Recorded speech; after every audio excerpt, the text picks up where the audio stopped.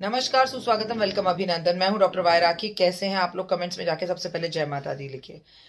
अक्सर आपने लोगों को एक बात बोलते हुए सुना है, शादी के बाद मेरा बेटा बिगड़ गया। ये लड़की जब से आई है इसके तेवर बदल गए हैं। ये लड़की जब से आई है इसने मेरा बेटा मुझसे छीन लिया है। ये लड़की मेरे बेटे को मुझसे दूर कर रही है। इस लड़की का स्वभाव बिल्कुल भी अच्छा नहीं है। इस लड़की के लक्षण अच्छे नहीं हैं। भगवान बेटे की तो शादी करते ही बेटा दूर हो जाता है। भगवान बेटे की तो शादी करते ही बेटा किसी काम का नहीं रहता। 100 का नोट खुला और खर्च हुआ, बेटे की शादी हुई और बेटा दूर हुआ। ये कहावत हमारे यहाँ कही जाती है। क्या आपने ये कहावतें बोलते सुनते या खुद को बोलते हुए कई बार देखा है? तो आइए आज एक कहानी के जरिए इस बात को समझते हैं। बहुत समय पहले की बात है। रात के करीबन 11:30 बज रहे थे और एक औरत, काफी बुजुर्ग, जो अपने घर में बर्तनों को मांज रही थी। बड़े बेटे के कमरे से बहू की आवाज आई, ओफो, सोने का समय हो रहा है और तुम्हारी माँ बर्तन मांजने में लगी हुई है। जाओ उसे मना करो, मेरी नींद खराब होती है। रात में 11:30 बजे तक बर्तन मांजती है। सुबह 4 बजे उठकर खटर खटर शुरू कर देती है।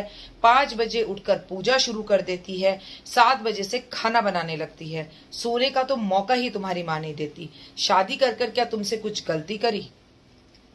बेटा कहता है, ठीक है, मैं माँ को जाकर मना करता हूँ कि वो बर्तन ना मांजे। बेटा अपने कमरे से बाहर निकलता है तो छोटे भाई के कमरे की तरफ जा रहा होता है। एग्जैक्टली उसकी भाभी, छोटी भाभी भी अपने हस्बैंड से यही कह रही होती है। वो भाई का दरवाजा खटखटाता है और खटखटाकर बोलता है, आओ।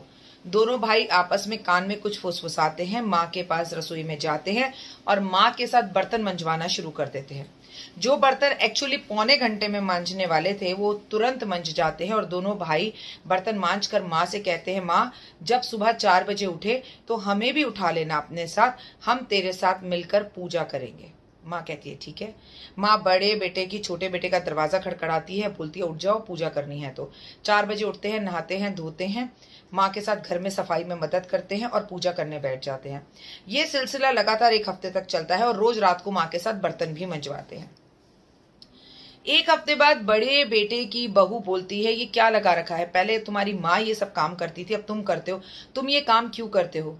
बेटा मुस्कुराकर बोलता है, जब मेरी शादी हुई तो मेरी माँ मुझसे बार बार कहती थी, शादी कर ले, शादी कर ले। मैं कहता था शादी नहीं करनी, तो माँ बोलती थी, मैं बुजुर्ग हो गई हूँ, कब तक तेरे बर्तन मांजूंगी? तेरी बीबी आएगी तो तेरी जिम्मेदारी को उठाएगी। लेकिन तुम तो ऐसा कुछ नहीं करती हो। तुम रात तक देर तक टीवी सीरियल्स देखती हो, झूठे बर्तन रात को छोड़ती हो, पूजा पाठ से तुम्हारा दूर तक नाता नहीं है। लेकिन तुम मेरी पत्नी हो और मैं तुम्हें दूसरे घर से लेकर आया हूँ। तुम्हारी खुशी का ख्याल रखना मेरी जिम्मेदारी है। लेकिन मेरी माँ, मेरी तुमसे पहले की जिम्मेदारी है। मैं तुमसे कभी नहीं कहूंगा कि तुम उठकर मेरी माँ के साथ काम कराओ, लेकिन मैं अपनी माँ के साथ काम जरूर कराऊंगा। ये बात सुनकर बड़ी बहू को शर्म आती है और अगले दिन सुबह वो भी जल्दी उठती है और अपनी सास के साथ सारा काम कराती है। रात को बर्तन भी अपने पति के झूठे मांज कर सोती है। उसे देखकर छोटी बहू भी ऐसा ही करने लगती है। सुबह जल्दी उठकर पूजा पाठ करते हैं और सारे घर का काम करीबन 11 बजे खत्म हो जाता है और बहुएं बिल्कुल खाली हो जाती हैं। बहुओं को ये बात समझ में आती है कि देर तक टीवी देखने से कुछ नहीं मिलता। सुबह उठकर घर का काम जल्दी करने से हम दिन में फ्री होते हैं और वही सीरियल जो हम रात को लेट तक जागकर देखते थे, हम दिन में देख सकते हैं, खुद को एक क्वालिटी टाइम दे सकते हैं और सास का भी भरपूर आशीर्वाद मिलता है, पति भी खुश रहता है। बात सिर्फ इतनी सी है दोस्तों। इस कहानी के माध्यम से मैं आपको ये समझाना चाह रही हूँ, घर को स्वर्ग और नर्क बनाने का अधिकार केवल औरत का नहीं होता, आदमी का भी होता है। वो लड़की जो कल से बाहर से आई होती है, आपका बेटा जो आपके साथ 25 साल तक पलता है, पोसता है, अचानक उस लड़की के आते ही नहीं बदल जाता। जो लड़के नहीं बदलना चाहते वो नहीं बदलते। हर वक्त घर बर्बाद करने का और तोड़ने का सिरा औरत के ही सर पर क्यों मांडा जाए? अगर घर के बेटे को बैलेंस करना आए, अगर अपने घर के बेटे को माँ और बीवी का संतुलन करना आए, अगर बेटे को ये समझ में आए कि मेरी माँ ने रात में कभी झूठे बर्तन नहीं रखे, चाहे वो कितनी भी बीमार थी, और यही बात वो अपनी पत्नी से भी प्यार से कह दे, तो हर घर स्वर्ग हो जाए। हर बार औरत ही गलत नहीं होती। कई बार झूठी शान, झूठे प्यार और झूठे दिखावे के लिए, और ये दिखाने के लिए कि मैं अपनी माँ का गुलाम नहीं हूं, मैं मम्मा बॉय नहीं हूं, बेटे अक्सर अपनी पत्नियों के गुलाम बन जाते हैं।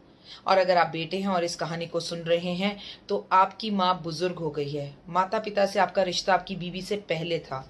और जो बच्चे आज आप अपने माता पिता की रिस्पेक्ट नहीं कर रहे तो कभी ना कभी आप भी माता पिता बनेंगे।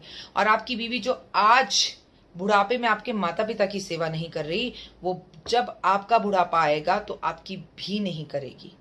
आज जो अपनी माँ के साथ खड़े होकर आप बर्तन धुलवा रहे हैं, कल आप अपनी बीवी के साथ खड़े होकर बर्तन धुलवाएंगे।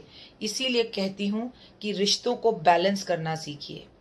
पत्नी को पत्नी रहने दीजिए, देवी बनाकर सर पर मत चढ़ाइए। औरतों से भी मैं हमेशा ये कहती हूँ, पति पति है, परमेश्वर मत बनाइए। लेकिन जो माता पिता सही मानों में परमेश्वर हैं, उन्हें परमेश्वर ही जानिए, मानिए, क्योंकि इस दुनिया में सबसे बड़ी पूजा माता पिता की पूजा है। सब झूठ है, सब बेकार है।